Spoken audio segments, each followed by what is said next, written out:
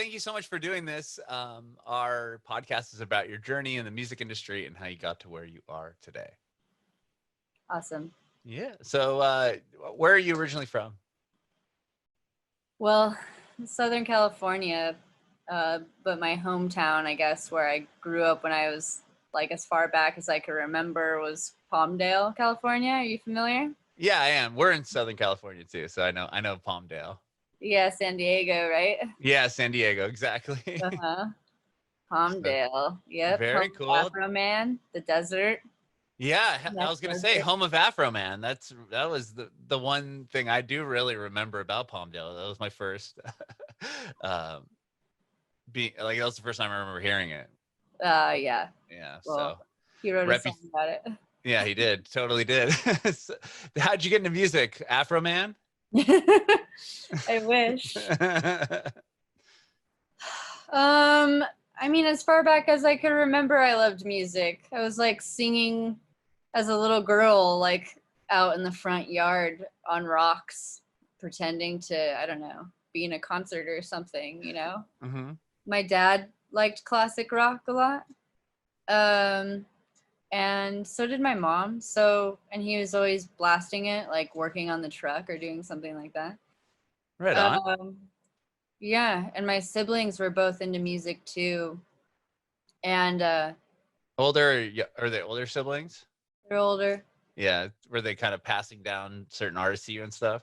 Oh yeah, yeah. I was the little baby, so I was like influenced by both of them pretty heavily in music and in art, definitely. Very cool. What artists were they showing you? Do you remember? Um, like in as far as music goes, Yeah. well, I just remember like my brother in this period of time, he was a skateboarder punk kid at one point. So, and then he would always have these big headphones on, Doc Martens. And then at one point he had long shaggy hair and he was just so mysterious. He'd go into his room with his friends and he had all these black light posters and stuff. And I was just like, what is he doing in there? And I remember looking through his CD case and there was Dead Kennedys, and The Doors and just a variety of different things. So I took that from my brother in the beginning, some of the things anyway. And then my sister, she was kind of more on the artsy side. She was dating this guy in Cal Arts and photography, and so I learned like Tom Waits from her and a variety of different stuff. I could go on and on about that. Yeah, right. That's awesome. So you're just kind of picking up what their influences were or what they were listening to. Yeah, pretty much. And I would even like I remember like taking my sister's art books from her room without asking. I'd bring them to school and I'd just be looking through all of them and then I'd return them and they'd have like scratches on them or something. And she was like, "What the hell?" That's funny. Yeah, because you're an artist as well, like fine arts and stuff or makeup. Don't you do makeup? Yeah, I do makeup and makeup effects for like film and TV and stuff like that. And I paint, I sculpt. Yeah, I'm an artsy fartsy. I'm an art nerd. For Yeah. sure. That's awesome. And were you always like that in elementary school and high school and just always interested in art? Mhm. Yeah, I was. I that's been like my main thing for a very long time. Yeah, probably most of my life. And I think it was also like ties into Palmdale. It was, it's a boring desert with not a lot to do. So So I you would make picked art. up, make art. Were you Yeah. more focused on the art and then music kind of went hand in hand with it? How did, because I noticed like in the video you released, it's Yeah. very artistic and it's so rad and so creative. Thank you. And the song is as well, but it kind of goes together. But being, makeup artist and a sculptor, like, do you understand my question? I don't really I know where I'm do. going with this, but I do think yeah. it ties in. I mean, I think art in so many different categories ties in together with each other, like I'm sure a lot of people listen to music while they paint or do Hmm. anything, And it's all just expression and tapping into almost the same part of your brain. You know, it's different talents and skills, but you're still tapping into that part. And I don't know, it's all been a mixed ball for me my whole life. Like, I love music, and music was an escape, but so was all my other art forms. Mm-hmm. And then at one point in my life, it became like, how can I actually make a living off of this? And stuff like painting, I couldn't quite wrap my brain around how I would be able to make a living off of it. Mm-hmm. It seemed like a storybook type of thing that wouldn't actually happen in real life. So anymore anyway. So I thought about makeup because it's basically painting on a face, and as a trade school, it's way less than art college. Mm-hmm. And music was like just always there. Like, I was a punk kid. I was an artsy fartsy punk kid in high school, and you know, the punk kids were my family. Like, Mm-hmm. there was a point in time where, you know, not everything at home was so great, so the punk kids were my family, and our escape was listening to music very loud and like yelling the words, and then driving to shows wherever they were, going into the mosh pit and just letting out all the aggression. So yeah. Did you join like a punk band, or you just go as a fan to the shows? um I would go as a fan, but I would, like, my brother played guitar for a while, and I would sneak into his room and play his electric guitar. And it sort of started there, and then I was in guitar class in high school too. But I was never like, I would just go to the shows. I never was in a band up until after high school, like a couple of years after high school. I think I moved to Florida after high school for a year, and then I moved back to California. I came running back to California, and I met some people at shows, and then I started to be in bands, and I was asked to play guitar in a band, and I was like, yeah, hell yeah. Mm-hmm. But actually, I just remembered. I played flute and the recorder in elementary school. Nice. The Yeah. the 1 year that they give you the choice to choose an instrument, like where you can pick like the clarinet or the trumpet. Is that what you're talking about? Yeah. Yeah. Yeah. Did like everyone play recorder in elementary school? I Maybe. think everyone gets to play recorder, and then I think you got a chance to upgrade to something like I think it was like a saxophone and a trombone. Yeah. There's a few, and I believe so flute was Yeah. probably Yeah. one of the six choices you had. Yeah.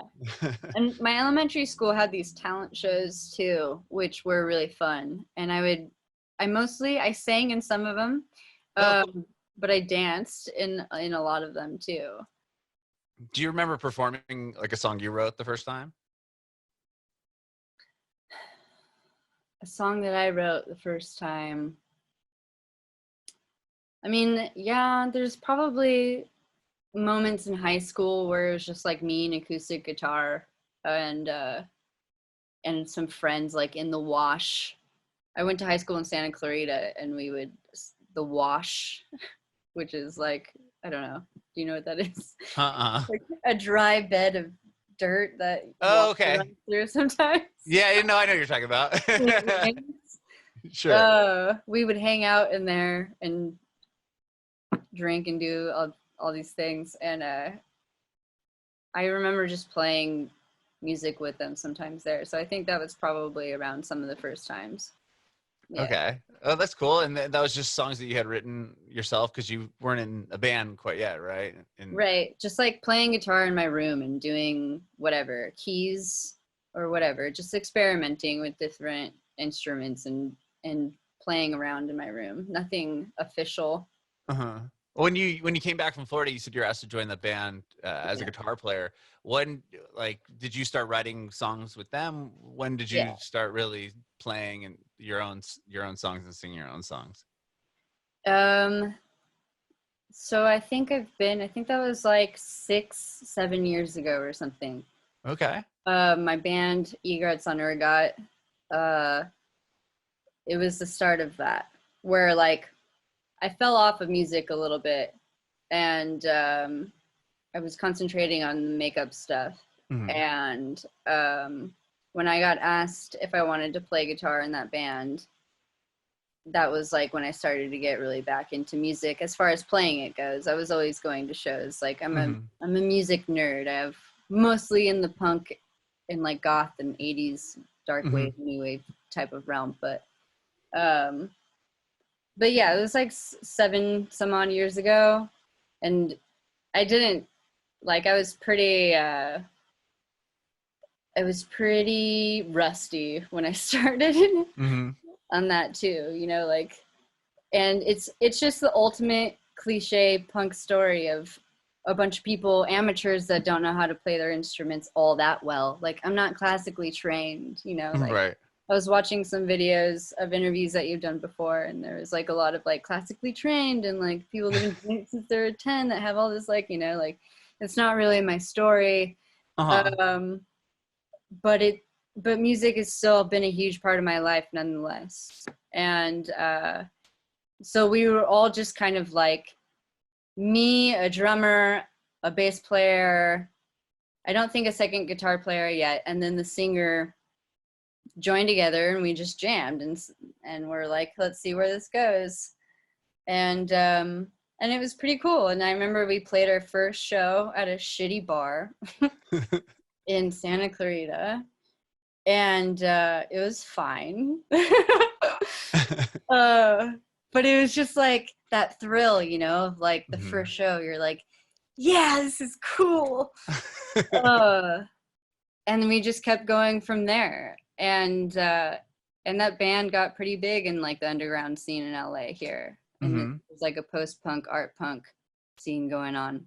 And it's still, I'm still in that band. We're just, you know, in COVID world right now. Right, sure. And you're doing some of your solo stuff now as well. Yeah. And when did you kind of transfer to start doing solo songs? Well, I've had this record for like, or I've been sitting on it for like 4 to 5 years. Oh, wow, really? Yeah. And so yeah, I probably started about that many years ago. And it was kind of like, I've always had ideas of songs and written, but I've never taken them super seriously to the point of going to a recording studio and recording them. But the guy, his name is Paul Roessler, whose studio I'm at right now. He's a dear friend of mine, and he recorded my band Egret's first record, and he has played in numerous notorious, legendary, I'll say all the words, bands that are more, I guess, in the underground scene. But Nina Hagen got pretty big, and he played with her. And there was just a period in time in my life where he was like, you're going through a lot, so let me just like, we're gonna write some music. You're gonna stay here, I'm gonna lock you up, we're gonna write some music. And I remember at that time I was really broke, and I went to Guitar Center and I got a shitty acoustic guitar and a credit card. And I was like, fine, I'll do it. Even though he has guitars here like that are way better. But I wanted something, I thought I was going to do like a mostly acoustic girl with her guitar type thing.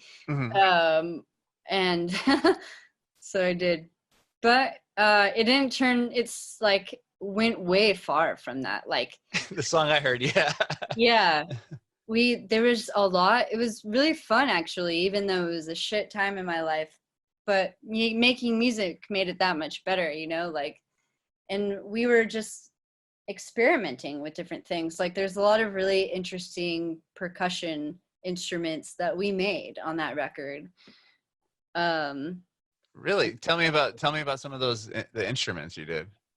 Like, there's bed railing, like metal bed railing that I'm banging on. There's like loose tobacco tin cans. There's like a ball in a steel bowl. And during one of the songs, I was walking out of the vocal booth to listen back, but it was still recording, and the mic captured like the I like sliding the glass door. yeah, like the shh. Yeah. Yeah. And then we were like, wait a minute. That sound is really cool. Let's put that in there too. Oh my gosh. Yeah.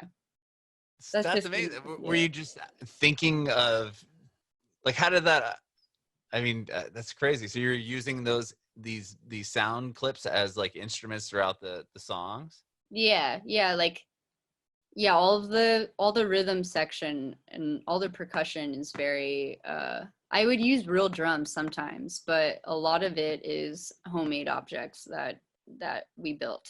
And Like then Foley sounds, or it's almost like you're.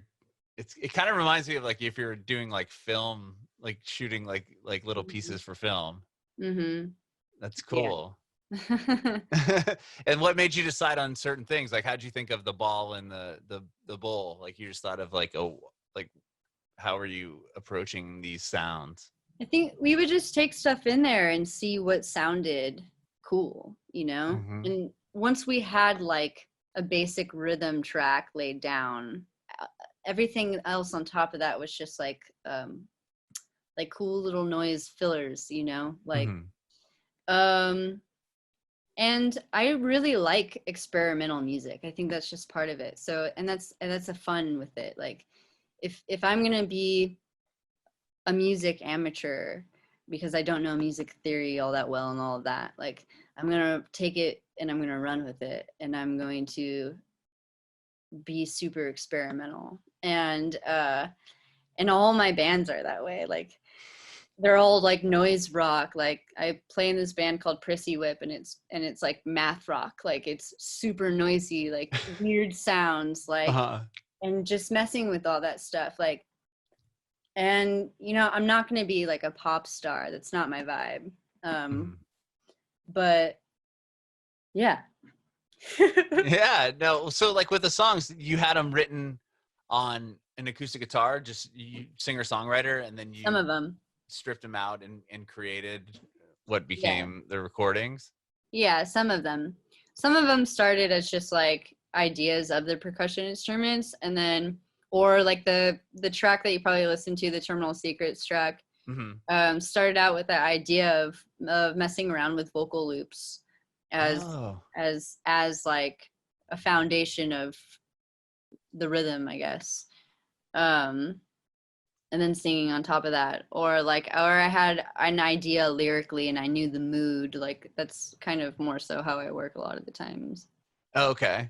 Yeah, I mean that song is amazing, and it, like you said, it's totally like it has a total experimental vibe to it, and the visuals of the video are amazing. Tell me about that video. How'd you pull that one off?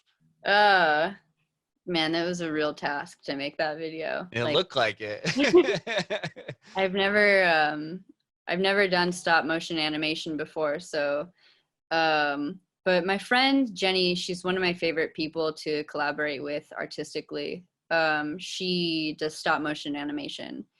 And like me and her just we could just I don't know, it feels like we could just accomplish so much when we put our minds to it. Like Egrets had a release show, a DIY release show that I called the Acid Test, and we decorated the whole building with different patterns, and it was really cool looking. And she was the first person that I went to help me out with it. And so when this record release started to happen and I wanted to make music videos, she was one of the first people that I thought of, because she's also made different videos, like collage type videos for my Egrets band.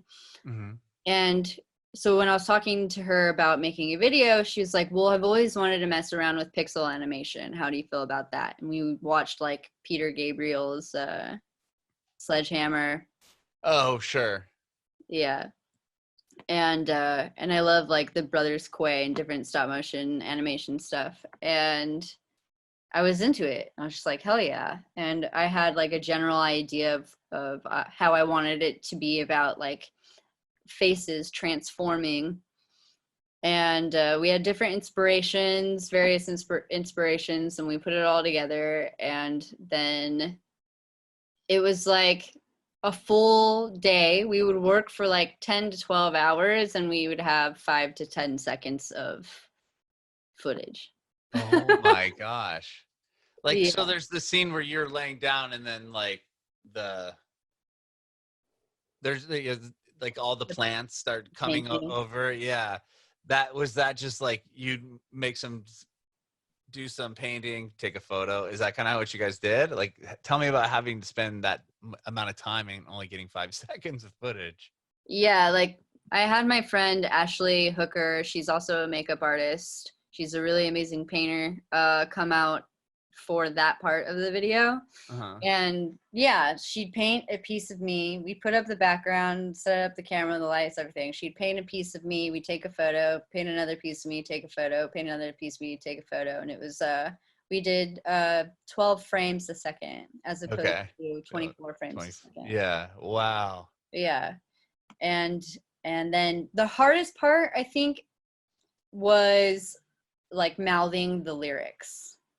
Because, Oh, sure. yeah. Trying to figure out the timing of it, like having. Yeah. Yeah. Yeah. How did you pull that off? Trial and error? Well, with a Dragon Frame, there's like a photo and a video of, I sang it normally and we had that video. And then in Dragon Frame, we could have that playing at the same time. So wherever we were in the frames, you would see my face, like, and the way that my mouth looked, like, Oh. in the photo. And I'd have to just replicate. They'd be like, okay, now go like this. Okay, just a little wider. Okay, a little bit more.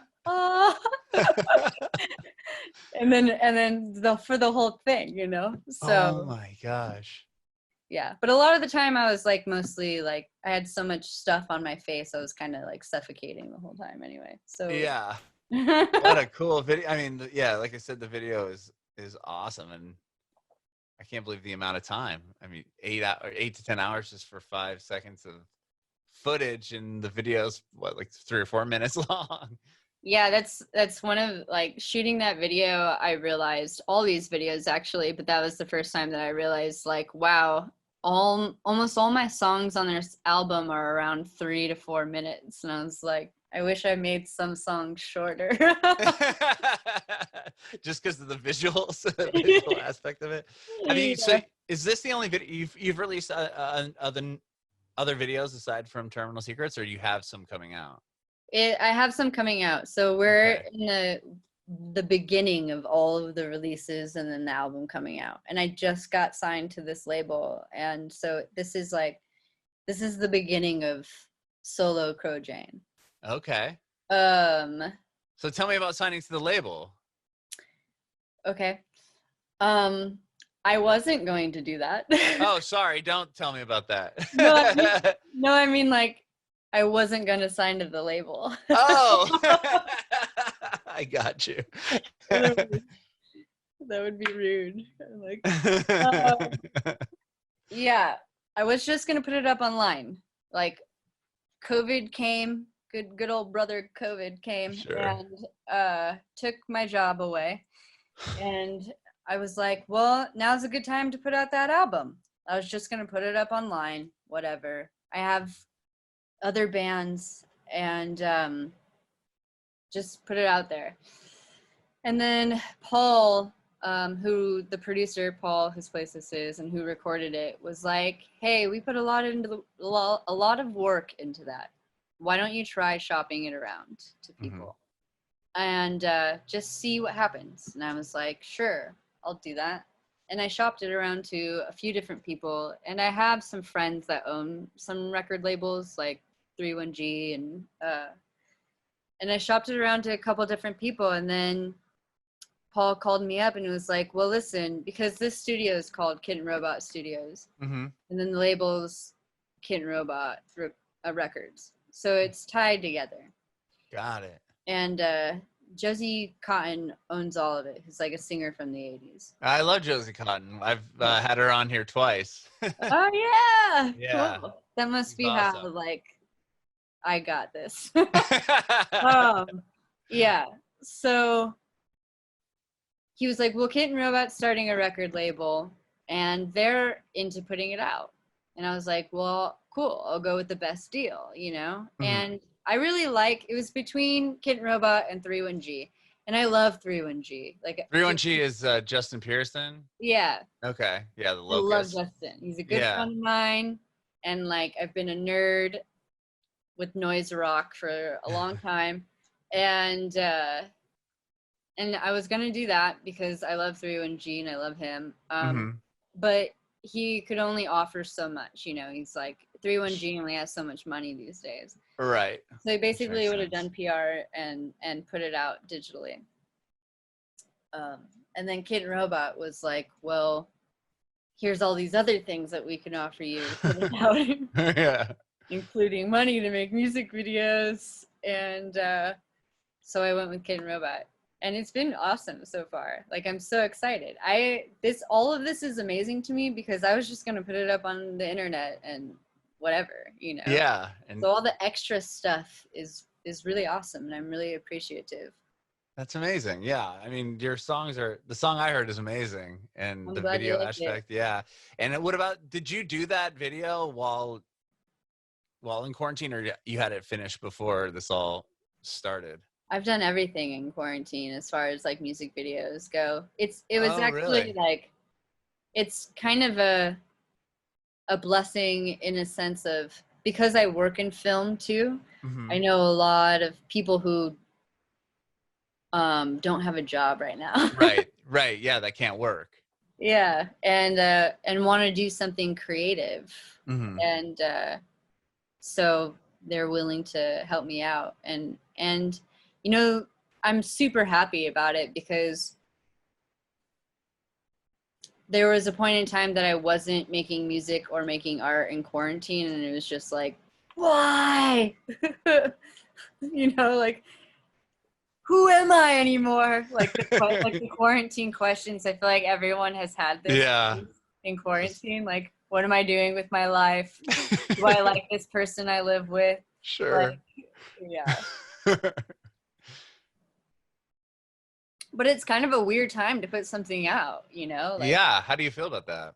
It's weird to be like, oh, this country's burning. I have a record though. But check out my song. Yeah. But I'm also at the same time like, I'm just grateful to have it. And I think art's important, and especially now. Yeah, I think people need some sort of escape. Yeah. You know? So hopefully it could do that for others and myself. Have you performed any of the solo songs, like as far as live or on live stream? No, not yet. Before I did this, I was recording something just on an iPhone on the piano, thinking like, oh, I'm probably going to piece this together and put it out. And I could probably do it live stream if I wanted to. But I will eventually. I'm hoping that things come back to somewhat amount of normalcy in the beginning of next year. And if that's the case, then I would love to do a live show with this project because I have really amazing ideas for a live show. And I was going to say, I'm sure your live show is going to be insane. If I can, just watching that video, I can imagine just like you'll have a ton of visuals. Is that kind of how your other bands are when you perform? Is there like a lot of visuals or no? It depends. It depends. Sometimes we have visuals, but I feel like a lot of the times, like, you should look up the videos of some of my other bands. Like, it's a pretty wild show. Okay. Like, even if there isn't like projections or something going on, like, and I have done that. as an extra layer of show to the show. But even if it's just us playing, it's still a wild ride. Yeah, I'm gonna check it out for sure. Yeah. So And that band's punk, like you said, it's punk rock, and Egrets is like, I mean, it falls into the genre of post-punk mostly, but okay, it could be art punk. It has some gothiness to it. different than your solo song. Different. Yeah, Yeah, it's cool. I'll check. I'm gonna check it out right after this for sure. different. Hell yeah. Awesome. So the record comes out September, September 15th. Yeah. and and in the date also correlates with the record as well, correct? The title of the album. Yeah. So Yeah. okay. Yeah, because the album's called Mater Dolorosa, and September 15th just so happens to be like a Catholicism day of celebrating Mater Dolorosa. That's where it stems from. It's the Lady of Sorrows. Mm-hmm. Mm-hmm. So was that so is that what you called it, the record, that, or you had that out name for the record and was like, oh, this is kind of works out? The record has been called that ever since I have made the record. And when we were talking about a release date, someone with the label, Gina, she was like, well, I think we should put it out September 15th because I looked online and it just so happens to be a celebratory day of Mater Dolorosa. And I was just like, that's perfect. That's awesome. Yeah. Rad. And when's the next, are you going to put out another video before September 15th or? I have at least, I have 2 more videos done, and then I have another DP, director of photography, friend who wants to shoot another one. So there'll be 3 videos by September 15th. The next video comes out next week, September 8th or around there anyway. And that one I like tapped into my horror side of myself, like this witchy sort of love for horror movies and gore side of myself and demons and things. And then in the 3rd music video, I actually had like a union DP that was able to do it. And it's like a black and white surrealistic dream. It's so beautiful. I'm so excited for that one. So he's like a union. So he was able to get bigger, better like equipment and staff on hand for that one. Like he knows his stuff. He knows. Sure. Yeah. That's awesome. And that'll be the last one after the record release. Yeah. That one will be around September 15th too. Amazing. I can't wait to see the other videos and hear the songs, because the video you put out it's awesome and it's crazy. You're like, what the hell?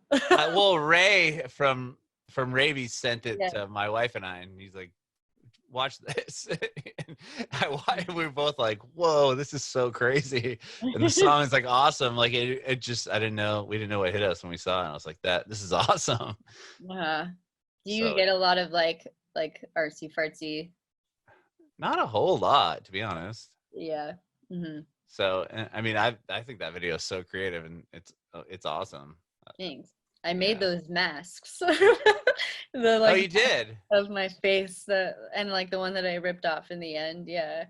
Oh my God. So do you do, like you said, you do makeup for film and TV, like the like horror stuff, or everything? I do everything, but I specialize in special effects. Yeah. So like prosthetics and creatures, the horror stuff, gore, blood, yeah. That's cool. Beauty too. Mm-hmm. And do you get to work on, well, I'm sure right now with everything shut down, but do you work on like shows with that, like if CSI or something needs like a dead guy, is that kind of what they have you do? Yeah, I mean, I was non-union for a long time, so I did a lot of indie films for a long time, but I got into the makeup union. I think I've been in almost 2 years now. And that's when you get like the big boy jobs. Oh, cool. Like similar to SAG or something like that. You get bigger sets. Yeah. So I got on Star Trek Picard. Cool. Shot in LA. They usually shoot in Canada. That series. Oh, Um, really? yeah, but that one shot in LA, so I got onto that.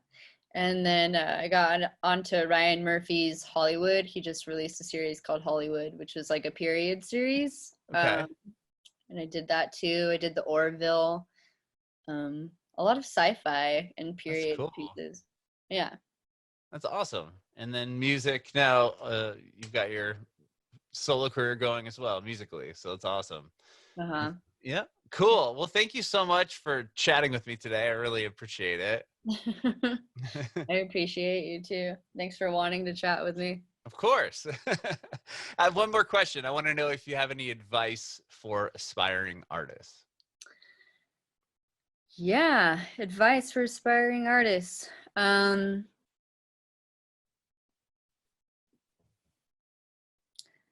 mean, I feel like people say this a lot amongst the lines of like, just keep going. But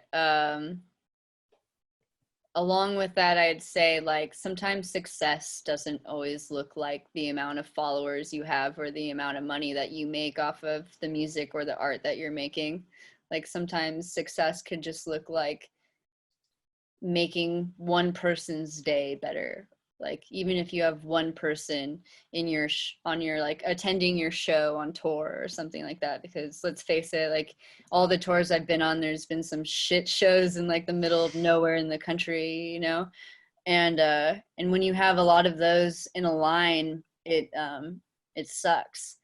But like everything that you gain, and if you're just playing to that one person, that it makes their day, and like, you know, Arkansas or whatever, like that could be pretty cool. And like you get awesome opportunities along with even maybe the not so awesome ones. So just keep doing it.